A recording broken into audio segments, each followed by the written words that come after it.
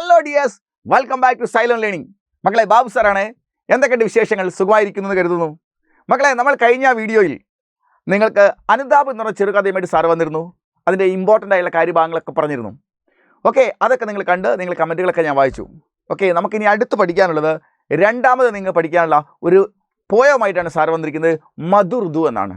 മധുഋതു എന്ന് പറഞ്ഞാൽ അതിൻ്റെ അർത്ഥം ശരിക്കും വസന്തകാലം എന്നാണ്. വസന്തകാലത്തെ കവി ഇവിടെ എഴുതിയിരിക്കുന്നത് ജയശങ്കർ പ്രസാദാണ് ഈ കവിത എഴുതിയിരിക്കുന്നത്. അദ്ദേഹം വസന്തകാലത്തെ തൻ്റെ കാമുകി എന്ന പോലെയാണ് സമീപിക്കുന്നത്. എന്നിട്ടൊരു കാമുകി തൻ്റെ അടുത്തേക്ക് വന്നു ചേരുമ്പോഴുണ്ടാകുന്ന അദ്ദേഹത്തിൻ്റെ മാനസികാവസ്ഥ എന്താണോ അതിനെയാണ് വസന്തകാലം വരുന്നു കയറുമ്പോഴുണ്ടാകുന്ന മാനസികാവസ്ഥ പോലെ അദ്ദേഹം വർണ്ണിച്ചിരിക്കുന്നത്. വളരെ മനോഹരമായ കവിതയാണ്. നമുക്ക് ആദ്യം ഈ കവിത ഒന്ന് നോക്കാം മക്കളെ. അതിനുശേഷം നമുക്ക് ഏറ്റവും ഇമ്പോർട്ടൻ്റ് ആയ ക്വസ്റ്റ്യൻ ആൻസറിലേക്ക് പോകാം. ഓക്കെ മക്കളെ, നോക്കൂ, നിങ്ങൾ ടെക്സ്റ്റ് ബുക്കിൽ ഈ കവിതയുടെ വരികൾ ഇങ്ങനെയാണ് ഒറ്റ പേജിൽ അങ്ങോട്ട് കൊടുത്തിരിക്കുകയാണ് അല്ലേ? യെസ്, ഇതിനെ നമുക്ക് ഒന്ന് വിശദമായിട്ടൊന്ന് പഠിച്ചു നോക്കാം. നോക്കൂ മക്കളെ, മധുഋതു എന്ന് പറഞ്ഞാൽ വസന്തകാലം എന്നാണ്. നോക്കൂ എന്താണ് പറഞ്ഞിരിക്കുന്നത്. അരേ ആ ഗയി ബൂലീസി യേ മധുഋതു ദോ ദിൻ കോ ചോട്ടി സി കുടിയാ മേ രചുദും നൈ വ്യത സാദിൻ കോ വസുധാ നീച്ചെ ഊപ്പർ നബ് ഹോ നീട് അലഗ് സബ്സെ ഹോ ചാട് കണ്ട് കെ ചിർ പതിച്ചടുമേ ബാഗെ സൂക്കെ തിൻകോ. ഇങ്ങനെയാണ് പറഞ്ഞത്. എന്താ നമുക്ക് നോക്കാം. മധുഋതു എന്ന് പറഞ്ഞാൽ എന്താ മക്കളെ? വസന്തകാലം എന്നാണ്. എന്നിട്ട് നോക്കൂ, അരേ ആകെ ഹേ ഭൂലീസി. ഭൂൽന എന്ന് പറഞ്ഞാൽ മറക്കുക. ഭൂലീസി എന്ന് പറഞ്ഞാൽ വഴിതെറ്റിയവളെ പോലെ. ഭൂലീസി വഴിതെറ്റിയപ്പോൾ, അയ്യോ വന്നു കഴിഞ്ഞല്ലോ വഴിതെറ്റിയവളെ പോലെ. യോ മധുഋതു ദോ ദിൻ കോ, ഈ വസന്തകാലം 2 ദിവസത്തേക്ക് എന്ന് പറഞ്ഞാൽ വളരെ മനോഹരമായിട്ടാണ്. ഒരു പക്ഷേ ഈ വസന്തകാലത്തെ കവി ഇവിടെ കാമുകിയായിട്ടാണ് വർണ്ണിച്ചിരിക്കുന്നത്. കാമുകൻ്റെ അടുത്തേക്ക് കാമുകി, അതായത് ഇഷ്ടപ്പെട്ട ഒരാളുടെ അടുത്തേക്ക് കാമുകി അല്ലെ പ്രണയിനി കടന്നു വരുന്നത് വഴിതെറ്റിയവളെ പോലെയാണ് ആദ്യം വരുന്നത്. അവൾക്ക് ഇഷ്ടമുണ്ടെങ്കിലും അവൾ അത് ആദ്യം പറയാൻ കൂട്ടാക്കുന്നില്ല. അപ്പോൾ ഒരു വഴിതെറ്റിയവളെ പോലെ വന്ന് കയറിയതിന് ശേഷം ഇഷ്ടം അവിടെ ഇങ്ങനെ പറയാതെ പ്രകടിപ്പിക്കപ്പെടുന്നു. അങ്ങനെയാണ് അവൾ വന്നത് എന്നാണ് ആര് പറയുന്നത്? ഇവിടെ കവി വസന്തകാലത്തെക്കുറിച്ച് പറയുന്നത്. മധുഋതു അരേ ആകെ ഈ ബൂലീസ്, ഹായ് വന്നു കളഞ്ഞല്ലോ ഈ വസന്തകാലം ഒരു വഴിതെറ്റികളെ പോലെ. ദോ ദിൻകു, അതും 2 ദിവസത്തേക്ക് എന്ന് പറഞ്ഞാൽ കുറച്ച് നാളുകൾക്ക് ഉദ്ദേശിച്ചത്. ചോട്ടി സി കുടിയാ മേ രചിതും, അതുകൊണ്ട് ഞാൻ അവൾക്ക് വേണ്ടി ഒരു ചെറിയ കുടിയ, എന്താ കുടിയ?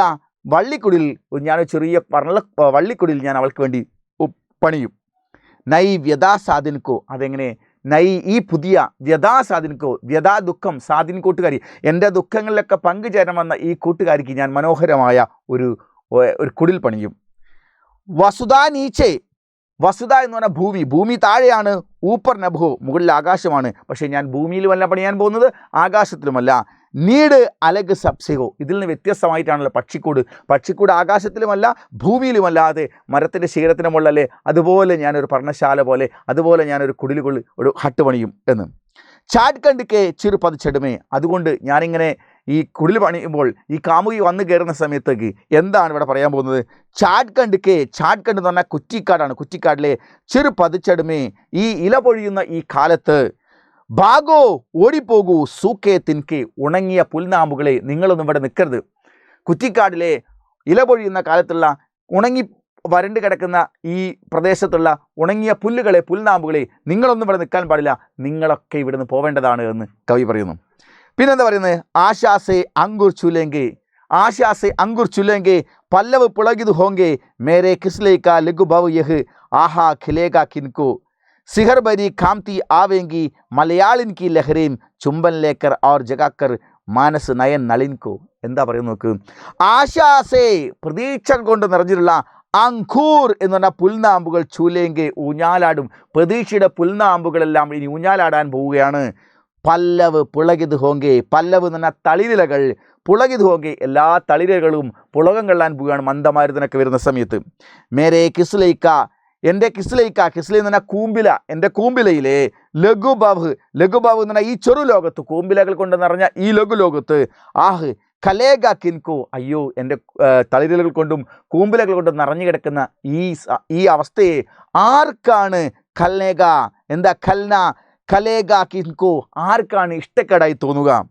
സിഹർ ബരി കാംതി ആവേങ്കി, സിഹർ എന്ന കുളിരുകോരി, കാംതി ആവേങ്കി ഇവ കുളിരുകോരി ചെറിയ വിരലുകളൊക്കെ നൽകൊണ്ട് വന്നേക്കും.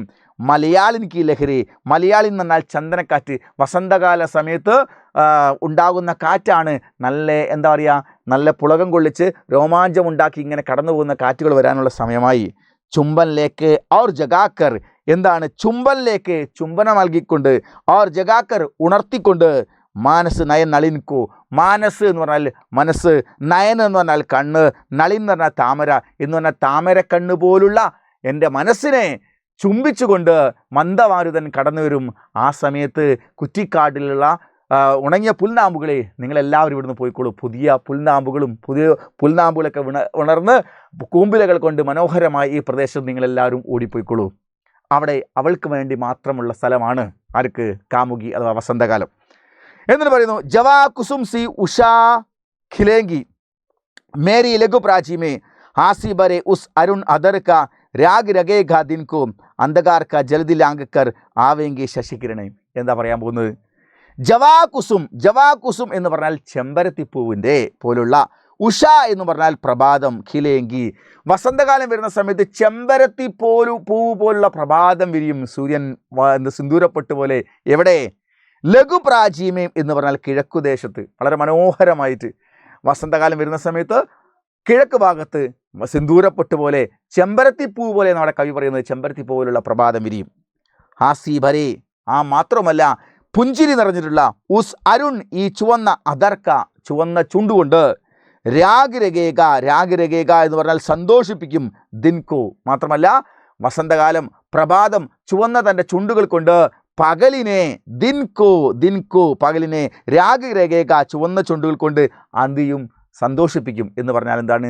സിന്ദൂര പ്രഭാതം, ചുവന്ന ചെമ്പരത്തി പോലെ പ്രഭാതം വന്ന് പകലിനെ ചുംബിച്ചു ഉന്മത്തവാനാക്കുന്നു എന്നർത്ഥം.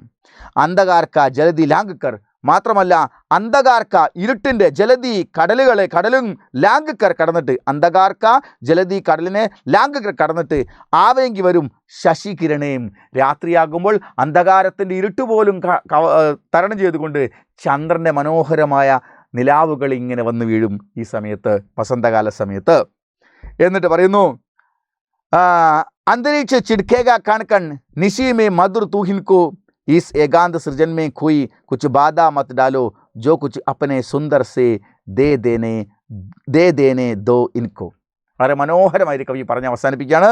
അന്തരീക്ഷ ചിടുക്കേക മാത്രമല്ല അന്തരീക്ഷം ചിടുക്കേക താഴോട്ടേക്കായി ചിടുക്കേക വിതറും, കണക്കാണ് തുള്ളികളായിട്ട്, നിശാമേം രാത്രിയിൽ മധുർ തൂഹിൻകോ എന്ന് പറഞ്ഞാൽ മനോഹരമായി മധുരിക്കുന്ന മഞ്ഞുതുള്ളികളെ രാത്രിയിൽ ഇങ്ങനെ നിലാവുള്ള സമയത്ത് താഴേക്ക് വസന്തകാല സമയത്ത് വീഴ്ത്തും. ഇസ് ഏകാന്ത സൃജന്മയും, അതുകൊണ്ട് ഈ ഏകാന്തമായ സൃഷ്ടിക്കപ്പെട്ട ഈ അവസ്ഥയിൽ കൊയ് ആരും കുച്ച് ബാധാമത്താലോ വന്നിട്ട് ആരും ഡിസ്റ്റർബ് ചെയ്യരുത്. ഓക്കെ, ഞാൻ കാമുകിയോട് ചേർന്നിരിക്കുന്ന ഈ സമയത്ത് ഡിസ്റ്റർബ് ചെയ്യാൻ ആരും വന്നിരിക്കരുത്.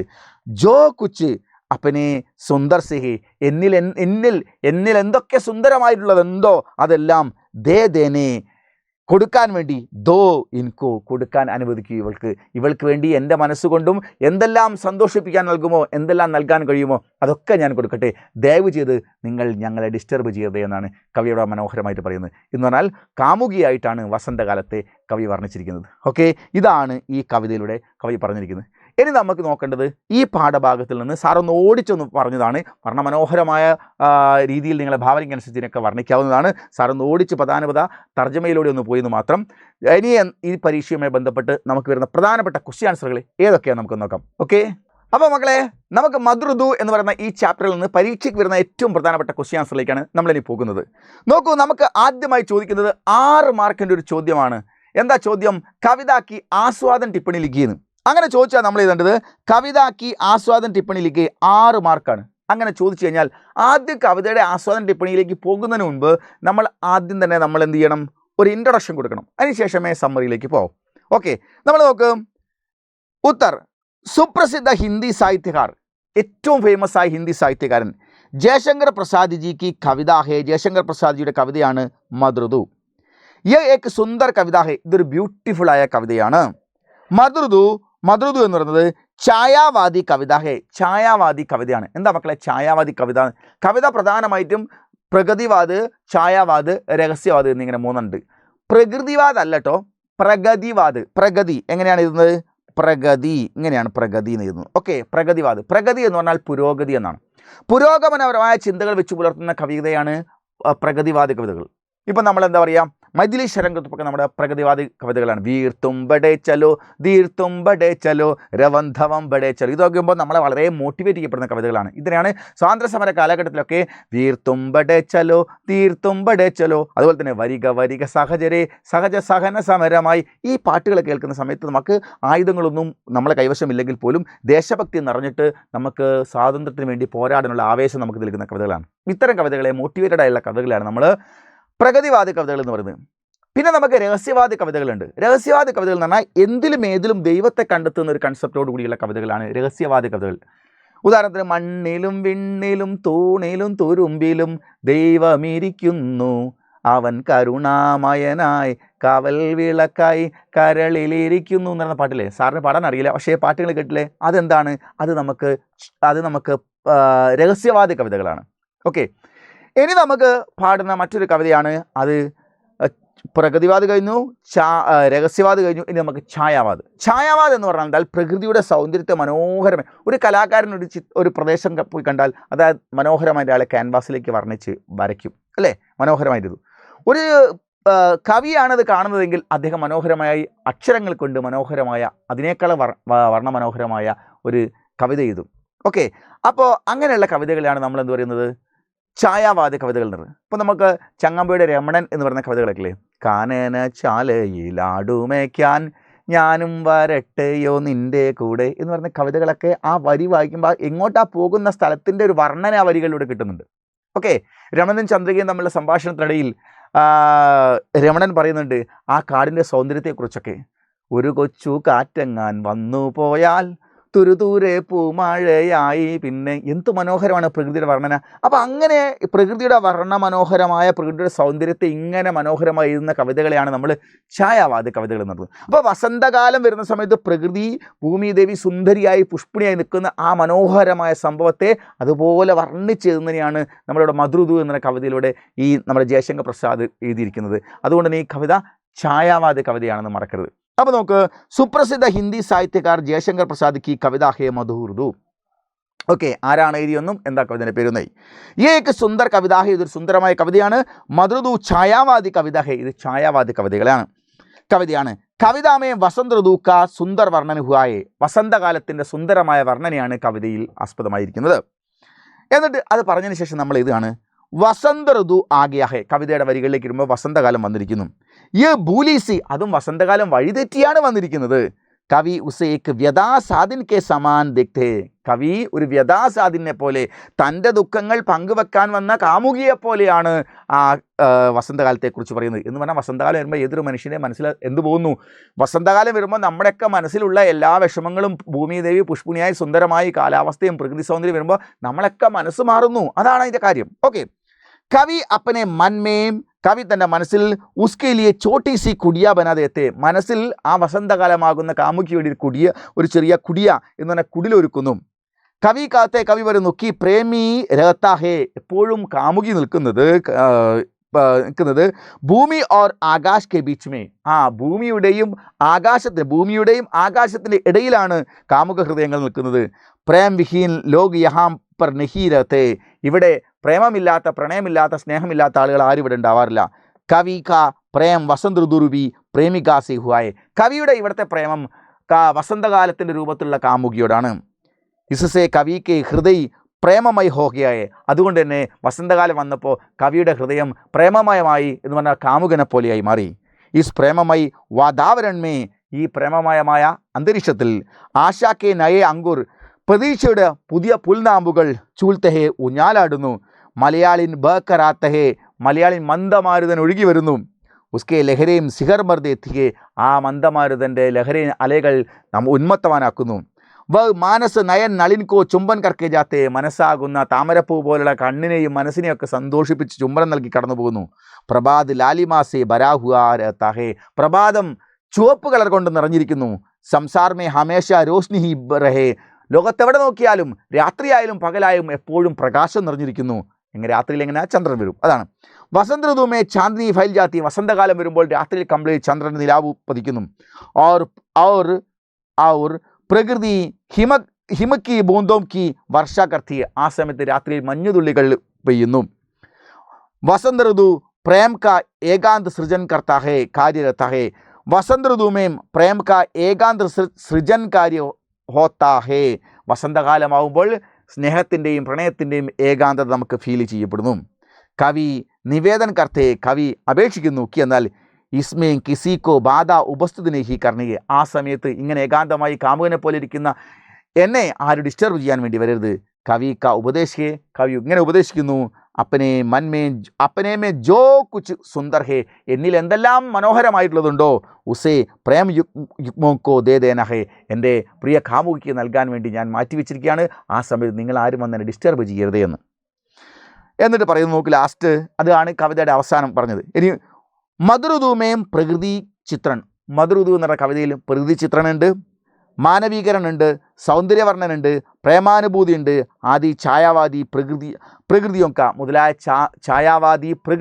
മുതലായ ഛായാവാദികളായ വസ്തുതകളെ സുന്ദർ സമാവേശ് കുവാഹെ, മനോഹരമായി സമാവേശിച്ചിട്ടുണ്ട്.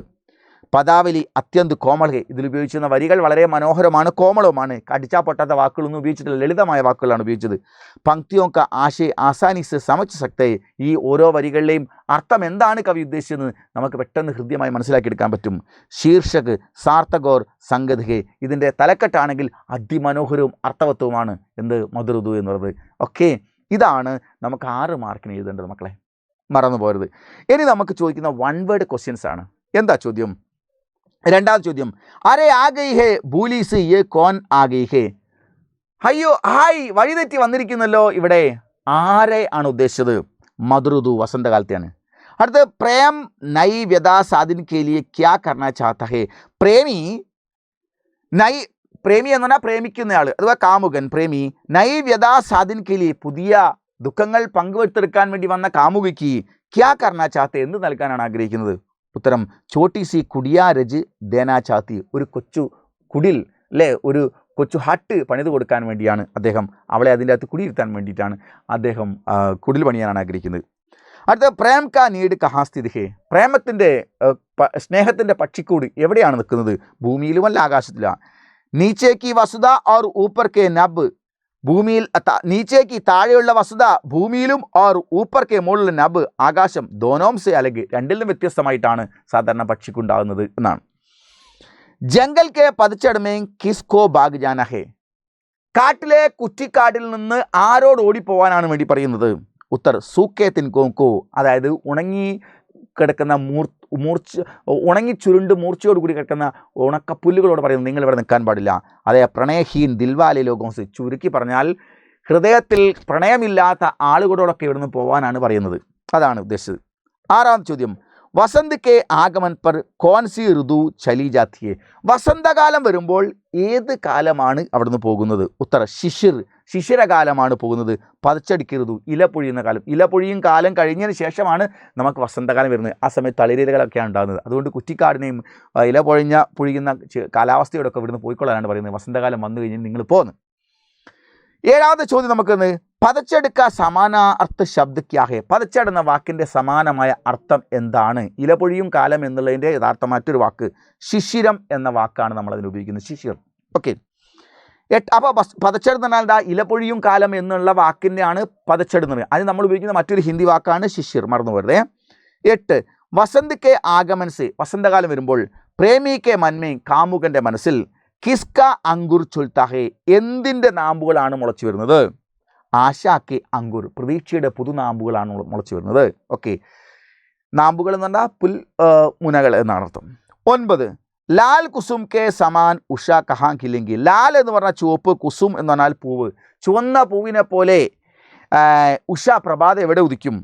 ഉത്തർ കവി കെ ലഘു പ്രാചീമി, കവിയുടെ കിഴക്ക് ദിശയിൽ. കവിയുടെ കിഴക്ക് ദിശയിൽ എന്ന് പറഞ്ഞാൽ അദ്ദേഹത്തിൻ്റെ മനസ്സിൻ്റെ കിഴക്കേ കോണിൽ എന്നാണ് ഉദ്ദേശിച്ചത്. 10 ഉഷാ കാ ആഗമൻ കൈസാഹേ. പ്രഭാതം എങ്ങനെയാണ് വസന്തകാലത്ത് വരുന്നത്? ജവാ കുസും സി, ജവാ കുസും എന്ന് പറഞ്ഞാൽ ചെമ്പരത്തിപ്പൂവിനെ പോലെയാണ് വരുന്നത്. 11 അന്ധകാർ കെ സാഗർ കോ പാർ കോൻ ആത്താ ഹേ. അന്ധകാർ കെ സാഗർ കോ പാർക്കർ കോൻ ആത്തേ. ഇരുട്ടിൻ്റെ കടലിനെ തരണം ചെയ്ത് ആരാണ് വരുന്നത്? ആരാണ് രാത്രിയിൽ ആരാണ് വരുന്നത്? ശശികിരണയും അല്ലേ? ചന്ദ്രൻ നിലാവുകളാണ് ഇങ്ങനെ വരുന്നത്. ഓക്കെ, ഇനി നമുക്ക് ചോദിക്കുന്ന മറ്റൊരു ചോദ്യം ഇതാണ് മക്കളെ. 13ാമത്തെ ചോദ്യം. മധുഋതു രൂപി പ്രേമിക, വസന്തകാലത്തിൻ്റെ രൂപത്തിലുള്ള കാമുകി, ക്യോ ഭൂലിസി ബടക്കിസിയായി, എന്തുകൊണ്ടാണ് വഴിതെറ്റിവളെ പോലെ വന്നു എന്ന് കവി പറയാൻ കാരണം? 2 മാർക്കിൻ്റെ ചോദ്യമാണ്.